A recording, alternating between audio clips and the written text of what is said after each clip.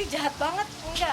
Anaknya masih berkuliah, sekolah, alhamdulillah di pesantren yang bagus gitu ya, bukan pesantren yang ala-ala.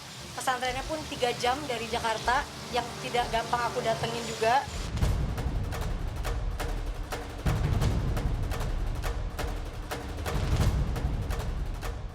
Heboh kabar telantarkan anak asuh membawa Ashanti mengeluarkan segala keluh kesah yang selama ini dipendam. Dibuat geram, niat baiknya membantu putra agar bisa mengenyam pendidikan memadai di sebuah pesantren di Bogor, Jawa Barat justru disalah tafsirkan. Dituding tidak lagi membiayai uang sekolah putra, Ashanti justru menguak cerita jauh berbeda. Baginya, selama sang anak tidak bersikukuh minta keluar dari sekolah, tak mungkin tega ia memutus biaya begitu saja. Dan lebih mengejutkan lagi, Ashanti menyebut drama dan riak persoalan sudah menerjang sejak bocah penjual cilok yang sempat viral tersebut didaftarkan ke pesantren. Puncaknya, di tengah pandemi dan semua santri dirumahkan sementara, sang anak asuh justru disebut ogah-ogahan kembali mondok dan enggan bersekolah. Dari awal masuk udah banyak sekali drama yang terjadi gitu. Jadi mereka tetap sabar karena aku bilang tolong dong jangan sampai anak ini kayak harus bisa ini akhirnya bisa gitu. Pas pulang pas di pesantren awal-awal sakit terus, abis itu aman.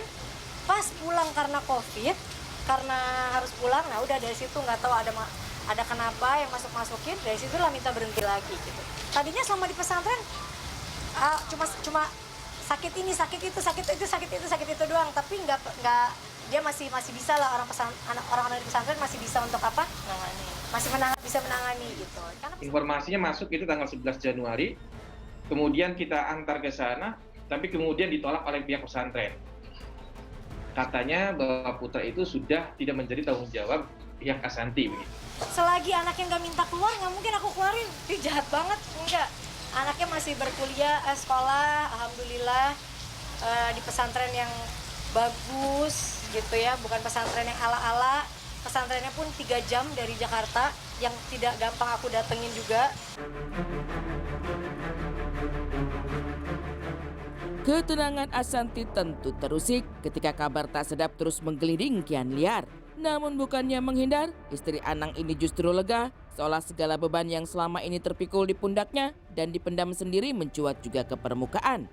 Dari sinilah Ashanti bisa berbicara gamblang meski tak menyebut seluk-beluk persoalan secara dalam. Baginya, jika diungkap semua, pihak putra akan seperti memercik air di dulang. Tak ingin putra dan keluarga menanggung malu, Ashanti sejak awal menyebut niatnya membantu memang sebagai anak asuh, bukan seperti anak angkat yang tinggal bersama mereka. Yang pasti, Ashanti tak ingin tenggelam dalam penyesalan karena sudah berusaha sebisanya. Sekarang aku merasa kayak udahlah tugasku mungkin sampai di sini, aku juga udah jadi lega gitu. Kalau kemarin tuh masih sedih-sedih karena biasa bareng gitu kan, terus tiba-tiba kita kayak sampai ada masalah masuk media. Berpendapat bahwa ya Ashanti ini tidak sungguh-sungguh mesantren putra. Ketika ditanya kenapa kemudian tidak lagi menjadi tanggung jawab pihak Ashanti, hanya disampaikan bahwa ini kebijakan kami. Begitu. Ini kebijakan kami, tanpa menyebutkan alasan apapun.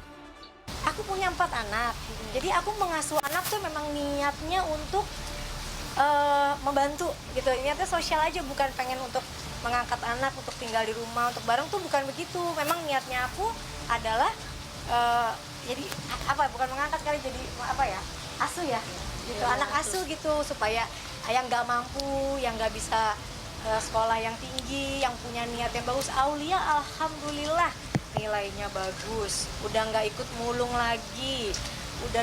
Sekarang dia masih daring, masih online, tapi masih sekolah di pesantren yang aku kasih.